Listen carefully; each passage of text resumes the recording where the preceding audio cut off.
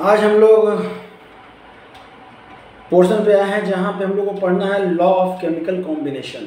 ठीक है, आप चूँकि क्लास अगर जूनियर विंग में है तो आपको बस यही 2 लॉ पढ़ना होगा। ठीक है, अगर आप सीनियर विंग में हैं 11th में है तो आपको ये 5 लॉ पढ़ना होगा। ठीक है, यहाँ पे स्टार्ट करेंगे हैं law of conservation of mass से। Law of conservation of mass क्या कहता है?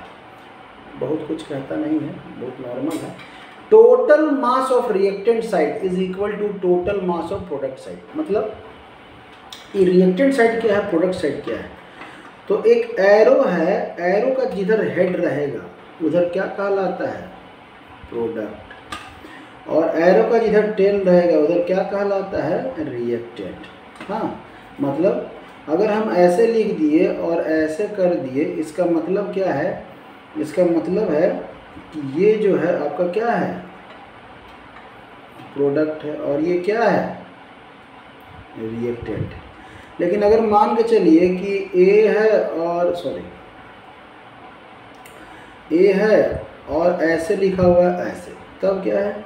तब ये हो जाएगा रिएक्टेंट और ये हो जाएगा प्रोडक्ट। एरो के हेड को देखिए, जिधर एरो का हेड है उधर प्रोडक्ट होगा हमेशा ही। ये लेफ्ट और राइट से मत याद रखिएगा कि प्रोडक्ट हमेशा राइट साइड होता है, ऐसा नहीं लिखा है कहीं पे। आगे जाएंगे आप ये चीज़ देखने को मिलेगा यहाँ पे। समझ में आ रहा है? तो अब हम लोग कह रहे हैं, अब आ जाइए हमारा डेफिनेशन पे कि total mass of product side, reactant side. तो रिएक्टेंट साइड मान लेते हैं इसका जितना मास है और इसका जितना मास है वो दोनों क्या होना चाहिए? सेम होना चाहिए। यही ये कह रहा है। This mean that during a chemical reaction the sum of the masses of the reactant and product remain unchange. मतलब इसका कहने का मतलब हुआ कि केमिकल रिएक्शन में कभी भी मास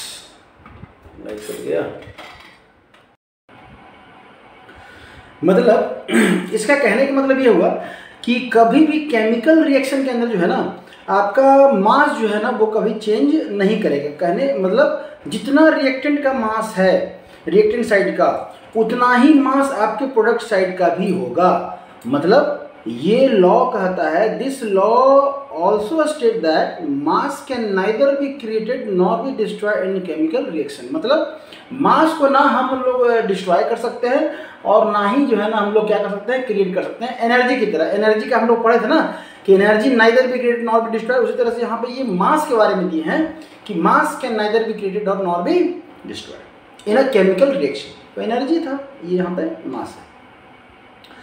तब हम लोग पढ़ेंगे। अच्छा हाँ, तो इसको हम लोग जो है ना एक एग्जाम्पल समझने की कोशिश करेंगे कि अगर मान ले चलते हैं यहाँ पे H2 है और यहाँ पे हाफ O2 है, तो यहाँ पे क्या बना? H2O बना।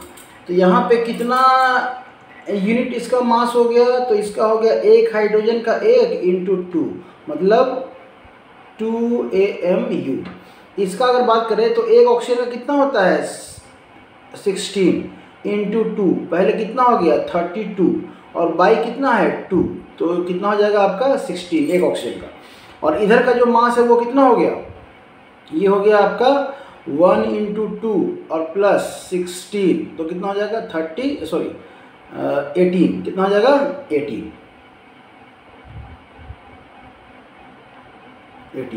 और अगर यहाँ पे ऐड करें इन दोनों को तो कितना हो जाएगा? 18 AMU। इसका मतलब कि रिएक्टेंट साइड और प्रोडक्ट साइड का मास क्या है ना? इक्वल है। अब समझिएगा, इसी चीज़ को सेम समझिएगा कि अगर हम लोग ऐसे कर दें,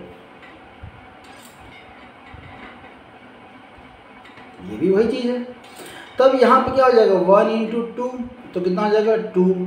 और यहाँ पे 16 इंटू 2 कितना हो जाएगा? 32। अगर इन दोनों को ऐड कर दें तो यहाँ पे जो हमारा मास आएगा वो 34 आएगा। और यहाँ पे 1 इंटू 2 और प्लस ऑक्सीजन का 16, यहाँ कितना हो जाएगा? 18। मतलब अब यहाँ पे तो यहाँ पे अगर आप देख रहे हैं तो यहाँ पे 34 है और यहाँ पे कितना? 18 है।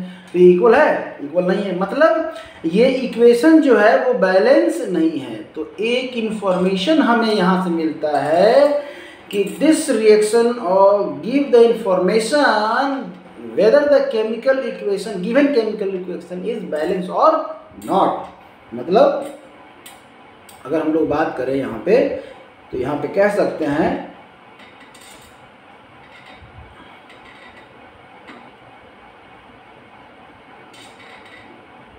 this law gives the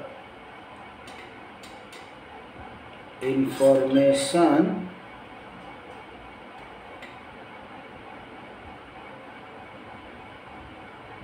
of chemical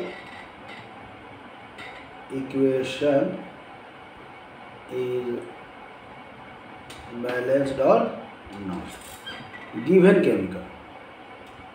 given chemical equation मतलब कि अगर आपका रिएक्शन बैलेंस है, कैसे पता चलेगा? Law of conservation of mass से। Law of conservation of mass से हमको पता चलेगा कि हमारा रिएक्शन बैलेंस है कि नहीं। तो कैसे पता चलेगा?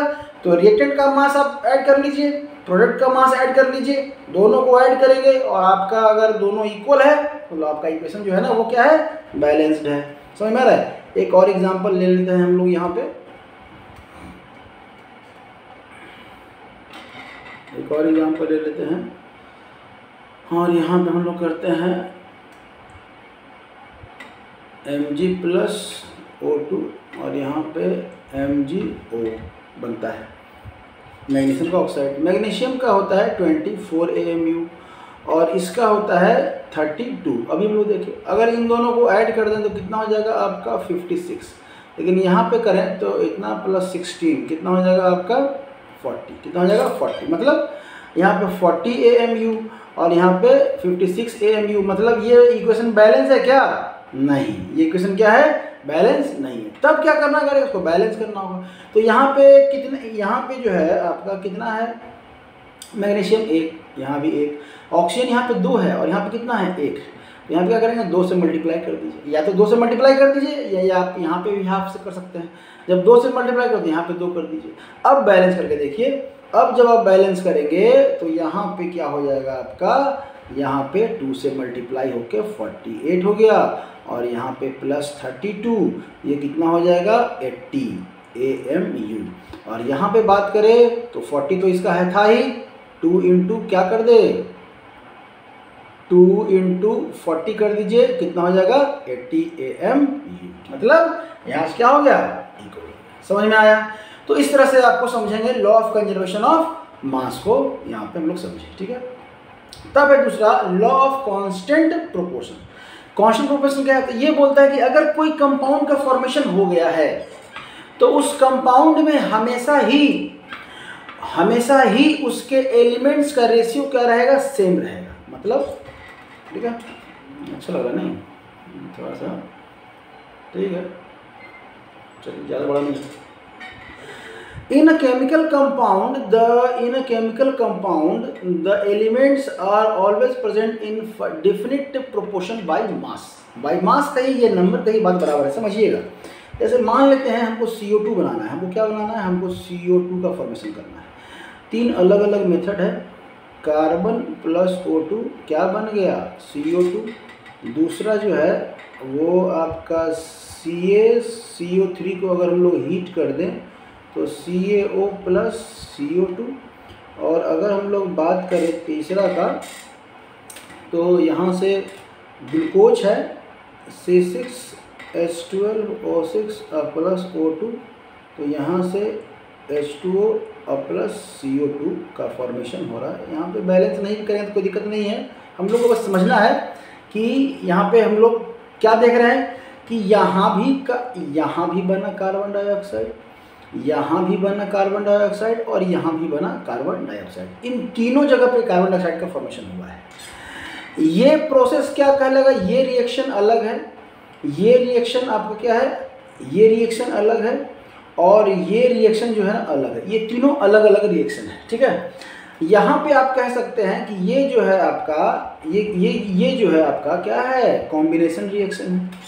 ये जो है आपका ये आपका क्या है? डिकम्पोजिशन रिएक्शन है। ये है आपका ऑक्सीडेशन रिएक्शन है। ये क्या है आपका? Oxidation reaction. तीनों अलग अलग रिएक्शन है, तीनों अलग अलग रिएक्टेंट से यूज करके। लेकिन जब कार्बन डाइऑक्साइड का फॉर्मेशन हुआ तो ये क्या है? यहाँ भी CO2, यहाँ भी CO2। अगर हम बात करें, अगर हम लोग इसकी बात करें इसकी बात करें तो यहाँ भी CO2, यहाँ भी CO2 और यहाँ भी CO2। इसमें भी एक कार्बन इस टू 2 हाइड्रोजन, यहाँ भी सॉरी ऑक्सीजन, यहाँ भी एक कार्बन और 2 ऑक्सीजन, यहाँ भी एक कार्बन और 2 ऑक्सीजन। समझ में आ रहा है? मतलब कि इनमें जो है, इनमें जो इनका जो रेशियो है इस कार्बन डाइऑक्साइड में, इस कार्बन डाइऑक्साइड में जो रेशियो है कार्बन और ऑक्सीजन का, वो हमेशा ही क्या रहेगा? C और O2। मतलब यहाँ पे 12 ग्राम और यहाँ पे 32 ग्राम, ये हमेशा इसी रेशियो में रहेगा। तो किसी भी कंपाउंड, ये तो एक एग्जांपल दिए, कोई भी कंपाउंड है उसका अगर फॉर्मेशन हो गया, चाहे जिस भी मेथड से हो, जिस भी रिएक्टेंट से हो, उसमें हमेशा ही उसके एलिमेंट्स का रेशियो सेम रहेगा। ऐसा नहीं है कि यहाँ पे कार्बन डाइऑक्साइड बना, ऐसा नहीं है कि यहाँ पे जो कार्बन डाइऑक्साइड बना, अलग कलर यूज करते हैं, यहाँ पे जो कार्बन डाइऑक्साइड बना, सॉरी यहाँ पे जो कार्बन डाइऑक्साइड बना वो अलग हो गया, ठीक है। पेन जो है ना बटोरने में टाइम लग जाता है, बटोरते रहिए पेन आपका, ठीक है। चलिए, यहाँ कार्बन डाइऑक्साइड, यहाँ भी कार्बन डाइऑक्साइड, यहाँ भी कार्बन डाइऑक्साइड, समझ में आ रहा है? तो अलग नहीं बना, यहाँ पे भी आपका जो है वो CO2 है, यहाँ पे भी आपका CO2 है, यहाँ पे भी CO2 है। आप H2O बना लीजिए, यहाँ भी H2O बना, यहाँ भी H2O बना, और H2 + ½ O2 का है, यहाँ भी H2O बना, तो इसमें भी H2O को 2 हाइड्रोजन 1 ऑक्सीजन, यहाँ भी 2 हाइड्रोजन और 1 ऑक्सीजन, यहाँ पे भी 2 हाइड्रोजन और 1 ऑक्सीजन। समझ आ रहा है? इसी तरह से चाहे जो भी कंपाउंड का फॉर्मेशन होगा, अगर किसी एक कंपाउंड का फॉर्मेशन कितने भी मेथड से हम लोग कर लें, उसमें उसके एलिमेंट्स का रेशियो हमेशा क्या होगा? फिक्स होगा।